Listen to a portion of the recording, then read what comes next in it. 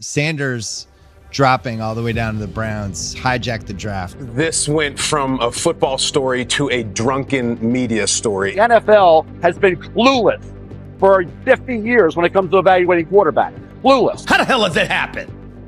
4 rounds. It doesn't happen to a quarterback. We've never seen anything like this before. Seems very Kaepernick-like, as in Colin Kaepernick. Our ESPN analytics gave it less than a 3% chance that Shedeur would be there in round 2. And it was the humbling of college quarterback Shedeur Sanders. Does the president think he deserves credit for Sanders getting picked? All I will say is the president put out a statement, and a few rounds later he was drafted. So I think the facts speak for themselves on that one. I think it is a night for deep self-reflection for Shedeur Sanders. They said he was overrated, a system quarterback, propped up by media hype in daddy's name. But when Shedeur Sanders slipped to the 5th round of the NFL draft, something snapped, not just for him, but for every scout, coach, and GM who thought they understood the quarterback position. Prospect, crazy accurate, bad offensive line in college, no run game, and against good teams was always productive without a lot of mistakes. And yet he slid to the 5th round. This wasn't just a draft day slide. This was a full-blown league-wide reckoning. Pick 144. That's when the Cleveland Browns pulled the trigger. And from that moment, the 2025 NFL Draft went from ordinary to explosive. And how he's viewed by everybody else, it's an incredible gap. Bailey Zappi got drafted higher. Because with one pick, the Browns didn't just take a quarterback, they hijacked the narrative. Let's be real. This wasn't supposed to happen. Not to Shedeur Sanders. He had the numbers, the charisma, the tape, the legacy. Top 15 projections turned into whispers. Whispers turned into silence. I think that it's so weird. The quarterback position is so weird because people are different. You know, it's quarterbacks that come in their first year and they just look amazing. Like, and you're like, oh, yeah. And then the next year, their sophomore year, they take a slump. Then it's vice versa. It's guys that come in their rookie year and struggle, but then the game slows down for them, and then they take off their second year. So for Shedeur, I mean, to me, when you're in the NFL, the number one thing you chasing is consistency. Like, that's the only thing he can do is go out there and consistently put good tape out there. You know, when he's out at practice, when he's in the huddle, he's consistently going to the right places. He's consistently making the right adjustments. He's consistently putting the ball in the right place. 4 rounds came and went, and Shedeur just sat there. Even ESPN Analytics gave it less than a 3% chance that he'd still be available in round 2. Yet there he was, in round 5. So now what? Well, now it's chaos, because Cleveland has 4 quarterbacks on the roster. And reality check, no NFL team carries 4 quarterbacks into week 1. Someone's getting cut, and it might be Shedeur. But the funny part is, I sat here and thought about it like, what do you think, Dylan Gabriel is just sitting on his hands? Like, he's doing the same thing. He's just not – it's just something about being able to see it, though, that changes the trajectory of what we think. But here's where it gets nuclear. If the Browns cut Shedeur Sanders, he doesn't just vanish. He hits waivers. And waivers? That's a league-wide redo, a second draft. Every team that passed on him the first time, they get another shot. And this time, there's blood in the water. Picture this. Shedeur balls out in the preseason, throws darts, commands the huddle, looks like the best QB on the roster, and then still gets cut. Think teams are going to sit on their hands again? Not a chance. Raiders, Falcons, Patriots, Cowboys, you name it. If they had even an ounce of interest in April, they'll be lining up now. And the moment one of those teams claims him, boom. He's on the 53-man roster. No more hiding, no more development project, no more doubt. But let's rewind a bit. This isn't just about what happened on draft night. This goes deeper. Because for months, Shedeur Sanders was dissected like a science experiment.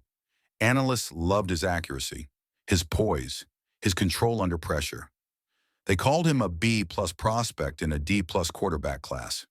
Safer than Levis, smarter than Pickett, way more upside than some of the guys taken ahead of him. And yet, he slid. Why? Some say it's the brand, the noise, the fact that drafting Shedeur means you're also drafting primetime. Yeah, let's talk about Dion, This isn't your average NFL dad. This is Coach Prime, loud, proud, and unafraid to call out the league. Word around the league is Deion told teams straight up, don't draft my son if you're not the right fit. That rubbed some people the wrong way. Others saw it as strategy. But make no mistake, when you pick Shedeur, you're also picking a spotlight. And some teams just aren't built for that. But the Browns, they took the plunge, and now they're walking a tightrope. Here's what we know. Shedeur's been impressive. Quick release, sharp footwork, command in the locker room. He's winning people over, slowly but surely. But that quarterback room, it's stacked. Joe Flacco, Kenny Pickett, Dylan Gabriel, all of them fighting for 2, maybe 3 spots. Someone's getting the boot, and unless Shedeur dominates camp in preseason, he's at risk.